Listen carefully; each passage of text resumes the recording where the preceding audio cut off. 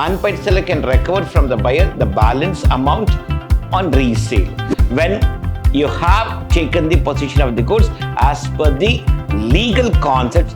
So I cannot terminate the contract between us.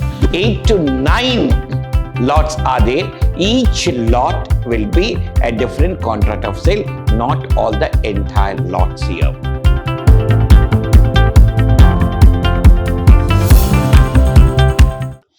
Warm welcome to 4th Sem BCom students. We are discussing business regulation and framework.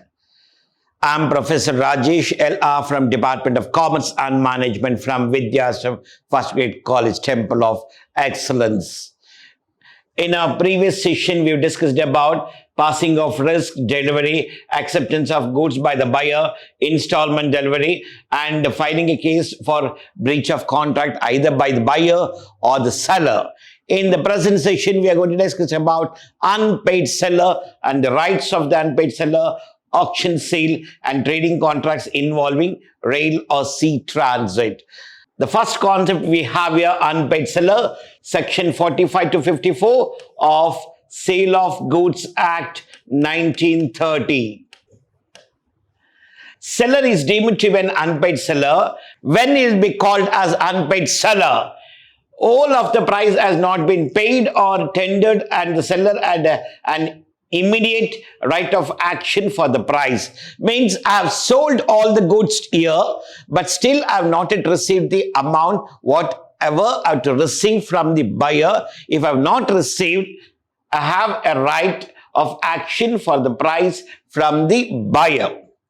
Bill of exchange or other negotiable instrument was given as payment, but the same has been dishonored unless this payment was an absolute and not a conditional payment. See, when I have sold the goods to you, you have given a negotiable instrument like a check. The check, whatever you have given for me, I have honored the check, but it has got dishonored. In such cases, I can sue you for the damages, whatever it has happened here. Or still I have all the rights to get back the goods and sell the same goods to the another party here. Now, the negotiable instrument concept, whatever it is there, if it is an absolute and not a conditional payment, so we can have all, if it's a conditional payment, then it is going to be a different concept. What are the rights are there for the unpaid seller? Right of lien, right of stoppage in transit, right of resale, right to withhold the delivery. If the seller has not received the amount, so what are the rights he is having? Right to retention, so right to get back the entire goods. If already the goods has been sent, it is in the transit, I have all the rights to stop that one. I have all the rights to resell the same goods to another party in case if the buyer has not paid the full amount or he has delayed for the payment, has not informed about the payment of the same to the seller when he's going to pay or whether he's going to pay or not. Those concepts are there.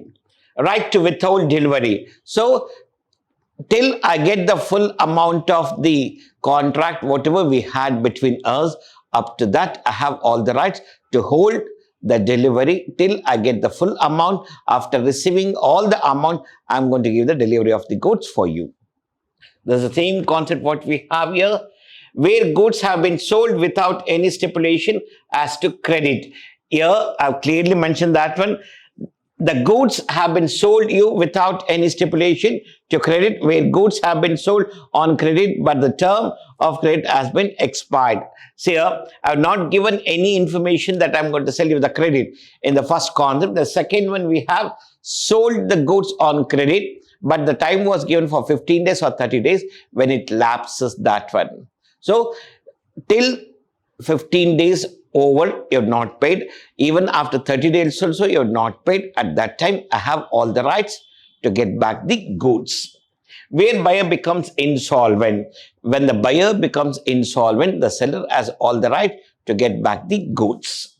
Right is terminated under following circumstances. the right is cancelled, where it delivers goods to carrier and bailee for the purpose of transmission to buyer without reserving the disposal right. When I have not reserved my rights here and I have sent the goods to you, so I don't have any rights here for the cancellation, where buyer or his agent lawfully obtain possession of goods. When you have taken the possession of the goods as per the legal concepts, so I cannot terminate the contract between us. Where a seller has waived the right of lien. So here clearly I mentioned that one. I'm going to remove the right of lien. So you can take the goods here. When I remove that point from the contract here, so then it is terminated. This right is terminated. Next we have here the next concept, right of stoppage. Right of stoppage means here it is nothing but the goods has been sent from my place to your place. It is coming on the way to your place, but I have all the right to stop that one, because still you have not paid the amount as agreed. As you agreed that one, as the goods leaves my place, the amount will be transferred from my account to your account. You said that. But still I have not received any amount even after the goods has moved from my place and it has taken 24 hours, where it has to reach your place within 36 hours, but you have not made the payment even after 24 hours. So then I have all the right for the stoppage of the goods. Seller must be unpaid, means the amount has been not paid to the seller. He must have parted with the possession of the goods.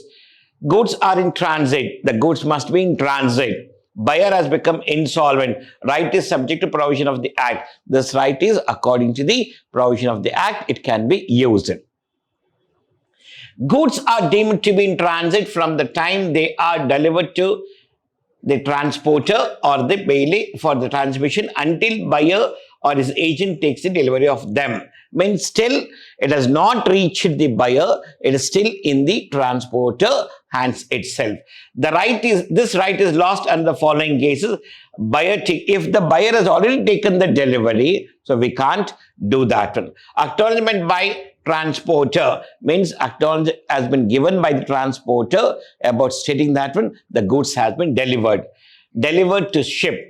Wrong denial to deliver by transporters. Subsale. Goods in possession of ship's master acting as buyer's agent. If these are the concepts are there, then I can't apply the right of stoppage. So I should know that one under which circumstances the goods can be stopped.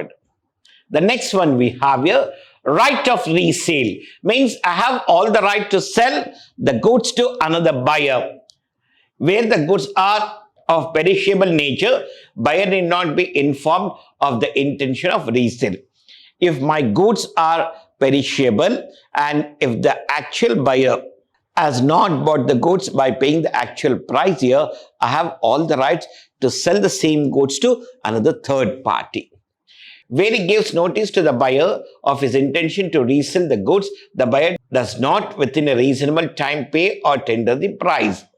So, as a seller, I'm giving a notice to you stating that one, if you don't pay the amount within the certain time, or if you don't get back to us communicating what is the status, so I have all the rights to resell the same to another buyer. Where the right is expressly reserved in the contract, where we have clearly mentioned that one in the Contract of Sale of Goods Act, in case if you are not going to pay the full price for the contract, whatever we have made here, I have all the rights. And if you don't intimate us within stipulated time or through communication, either it may be phone or in a written communication, if you don't communicate us, so I have all the right to resell the goods. If notice has been given to the buyer of intention to resell, unpaid seller cannot claim any damages and the buyer will be entitled for all profits. Means, if the goods has been stopped here and it has been resold to any other third party, and if the notice has been given to the buyer of intention to resell, unpaid seller cannot claim, he cannot claim any damages here. but the other buyer can get the benefit of profits. Unpaid seller can recover from the buyer the balance amount on resale. So he can only collect the balance amount, whatever it is there, from the resale, whatever he has done. If notice has been given to buyer, then profits origin out of sale of goods won't be shared with the buyer. Only seller will hold the samples. So here the seller can hold the samples here, but he cannot share the profits to the buyer, whatever it is there. Rights to withhold delivery. It is nothing but if the buyer has not paid the amount or if he has not communicated anything to the seller about the process of contract, how it is going to be done. Now, the seller has all the rights to hold the delivery of goods because I have not yet received the clear-cut information from the buyer about the payment or about the delivery or about the time or the place where it should be delivered. So I have all the rights to hold the delivery till I get the exact information from the buyer. Rights of unpaid seller against buyer suit for price. Seller may sue, means I have all the right to sue the buyer where the property has passed to the buyer and he wrongfully neglects or refuses to pay the goods irrespective of delivery and buyer wrongfully neglects or refuses to pay such price. Where the seller is an unpaid seller here and now the seller has already given the title of the goods and even the position of the goods to the buyer and the buyer has not paid the amount and is neglecting to pay or he refuses to pay at that time, as a seller, I have all the rights to file a case on you. Vice versa, the buyer has paid the amount, but the seller has not delivered the goods. If he neglects that one, the buyer has all the rights to sue the seller. Auction sales. Under section 64, it is a mode of selling property by inviting bids publicly and the property is sold to the highest bidder. Auction sale is nothing but where a property has been taken over for non-payment or default of the payment made by the creditor. In such cases, those property which has been mortgaged or pledged and if it has been not paid, the property has taken by the seller is going to make an auction sale through the bid only and the highest bidder will get the rights of the property and even the title of the goods will be transferred to the highest bidder after making the full amount of the bid. It is a public sale where the goods are offered to be taken by bidders and it is not for the individual, it should be made public sale. Then only it is called the auction sale. If I do within the circle of my friends or relatives, it cannot be called as an auction sale. Auctioneer is only an agent of seller. So now the person is going to auction the goods here. He is only the agent. He doesn't have any other rights. The next part what we have here, following rules apply. When goods are put up for sale in lots, each lot is treated to be the subject of a separate contract. When I have nearly 8 to 9 lots are there, each lot will be a different contract of sale, not all the entire lots here. Sale is complete when the auctioneer announces its completion by fall of hammer or in another customary manner. He says that when the entire sale is completed and here the auction ends for the day. So then when he puts the hammer, the auction sale has been stopped. Right to bid may be reserved expressly by or on behalf of seller. The right of bid can be upheld and it should be reserved. It may be reserved with the express of seller. If such right is not reserved, it is not lawful for the auctioneer knowingly to take any bid from the seller. He cannot take the bid from the seller if it is not made properly. Sale may be notified to be subject to a reserve or upset price. Means based on the reserve price or on other prices, it can be made the sale in the auction. If the seller makes use of pretended bidding to raise the price, the sale is voidable at the buyer's option. Now, if the price is going to be huge rather than what it has to be there, in such cases, the bidder can stop and the contract, whatever is going to be voidable. Trading contracts involving rail or sea transit. Say it includes here free on board, free on rail, cost insurance freight, and X ship. These contracts are made when goods are to be shipped by sea. Under this, various conditions are attached to the contract by parties or by custom and practice of merchants. It includes these concepts. The goods has been free on board, free on rail, cost insurance and freight means the goods, if going to be damaged in the transit, it can be claimed through the insurance company. Free on board, under this contract, it is the seller's duty to put the goods on board at his own expenses. So here, the seller has to bear the expenses. Free on rail, similar to FOB, the expenses are to be borne by the seller. Cost insurance freight, it refers to a contract of insured goods. Seller bears both expense of putting the goods on board as well as freight. So both expenses are to be borne by the seller himself. On receiving the document, the buyer has to first pay and then he has to take the buyer, after receiving the documents, he has to pay the amount first, then he has to take the delivery of the goods. X ship here, seller is required to arrange for shipment of goods till such inland destination as the buyer indicates. Goods travel at seller's risk. Seller is not bound to insure them. He doesn't have the right to insure. Buyer is not bound to pay for them unless they are ready for unloading from the ship and all the freight charges are paid.